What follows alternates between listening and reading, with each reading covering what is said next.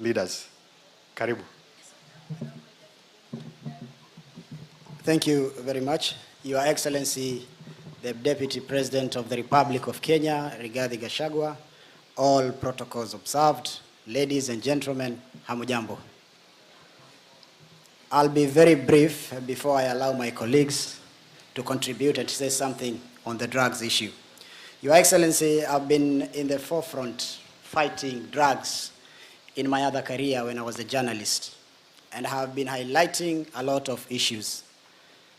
I'm very happy because this is the first time that we are having such an event in Mombasa County, and I believe we are going to achieve and get the results out of this meeting. Your Excellency, Mombasa City is a unique city. It is a city with 3 main roads.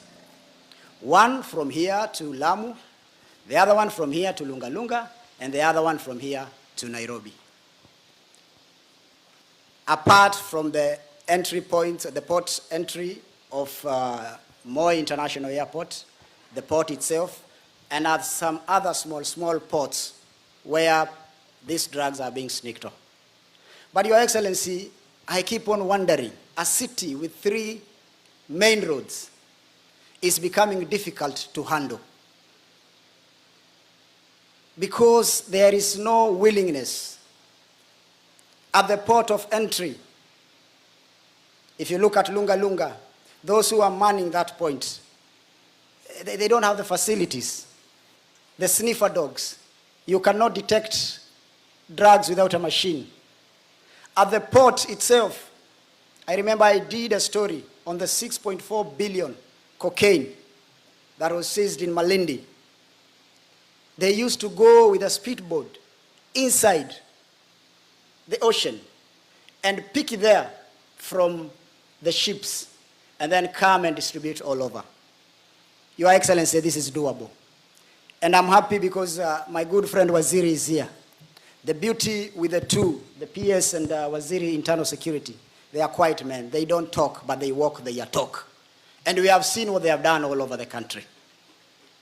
And Your Excellency, it is easy to win this war if we connect the dots of intelligence by listening and acting. Amongst ourselves are good officers. In every market, Waswahili wanasema, kila soko haikosi mwenda wazimu. We might have small officers, a few numbers, who are not willing to play along and make sure that we protect this country. Look at Singapore and Malaysia. I am a member of parliament, but there's a day I went there for benchmarking, and I started shaking 10 minutes to the landing because of the document that they give it to you and tell you that if you are arrested with even 1 roll of marijuana, it's life imprisonment. In other countries, you will be hanged. I will quote Malcolm X. This is for you, Professor. Malcolm X said, sometimes we have to pick up the gun to put the gun down. In this case, we have to pick up the gun to put the drugs down. And we are not going to complain.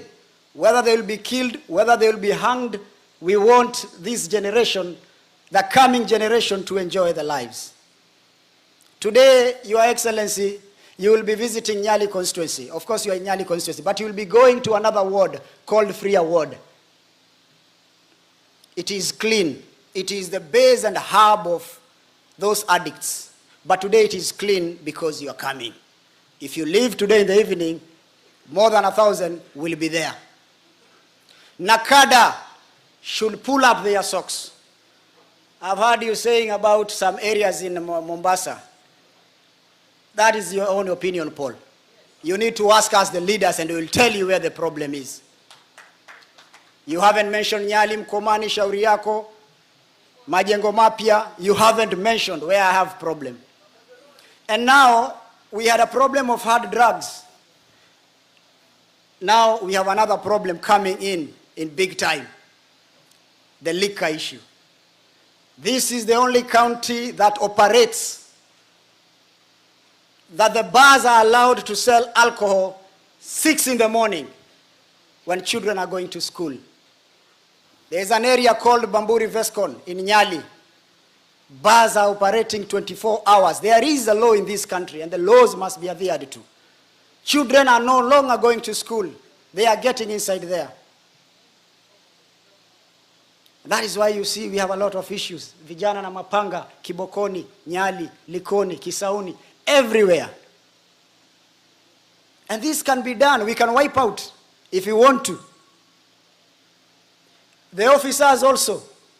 You know, I'm an officer myself. I've been with them in some difficult terrains during my days as a journalist. There are those officers who are willing to work hard, but they are also under pressure from their seniors. They will receive calls and be told, drop that thing. I am not a lawyer, Your Excellency, but I think, and I stand to be guided, we should have the office of the ODPP closer to the stations. Because sometimes these good police officers, men and women, do all they can, arrest these drug lords, but majority of them will just say, let us offload them. 24 hours thing. They are so not supposed to be in court, and then they are taken to court. But they haven't captured it properly the way it is supposed to be done. That is why sometimes the courts looks at how the case has been filed and throw it out. So we must have a strategic way of making sure ukifikishwa pale kotini hakuna kurudi nyuma. Your Excellency, these people are known. And they live a posh life. When I saw Nakada doing some raids ya shisha hapa Nyali, I was very happy. Because shishas are not sold on the sides of the streets. They are sold in bungalows, main house, half an acre house. Shisha, prostitution, chewing of mira, mogoka, another problem that we have nowadays. Schools, people are now building bars near schools. People are building bars near mosques. Who is giving them these licenses? The county must also pull up its socks. I know you want money, but consider the children of this great country of ours before you give out the licenses. When I was in the media, I used to say that when the police go and raid somewhere after we have highlighted a story, I used to say it's all about the show of the uniform. Please, Nakada, don't stop. Don't stop, because people are happy here. Go now to Bamburi Vescon, raid all those areas, and make sure they follow the laws of this country, that all the bars in this country must be open at around 5. And those officers who mess up, those officers who are corrupt, I agree with you, Your Excellency, Waziri, they should not be transferred. They should be fired on the spot. You cannot transfer corruption to another county. Let's deal with those who are not performing, and also deal with those who are performing. Hawa watu ni wangwana sana, ni watu wazuri hao officers. Hata wao wako na shida zao. Ni sharti pia hawa wasikizwe ili waweze kupata motisha na nguvu ya kupigana na dawa za kulevya. With this meeting, Your Excellency, I believe by the time we are done, we want to see boots on the ground, so that we can be able to save this generation. Hii kitu, Your Excellency, imezidi sana. Ni kubwa sana. Watoto mazezeta. You see a young man sleeping while standing in the streets of Mombasa, and he can't fall. Where do they get these drugs? The entry point are those that I've mentioned when I started my conversation here with you guys. We can do it. In my last term, in my first term as a member of parliament, I passed a bill, Mheshimiwa Kithure Kindiki, it is there, the drugs and psychotropic substances. And the former president appended his signature in it. There was an issue of cash bail or bond. You arrest a drug baron with cocaine worth 300 million. He gets a bond of 500,000. He can afford. But now we have changed.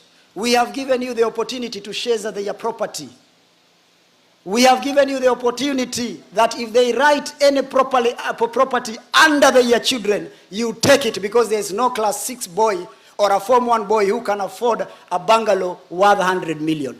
Take it. It belongs to the government of Kenya. Turn those houses into rehabilitation centers and heal the nation. I am an angry man because I know what the drugs have done to my people. And this should come to an end.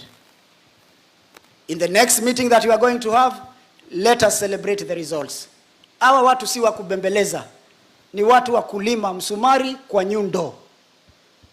Ukiona unagonga, kwa sababu they are making a lot of money and they are destroying the youths of this country. Your Excellency, nikiendelea hivi sana nitaongea. Allow me now to be able to invite my colleagues, and because of time I'll go per county, but allow me to start with our deputy leader of majority,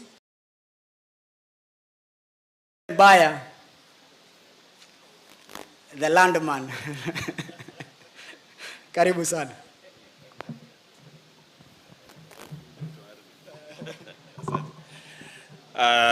Our Deputy President, and I would like to recognize the protocols established. And Mbunge wa Nyali, I like your zeal.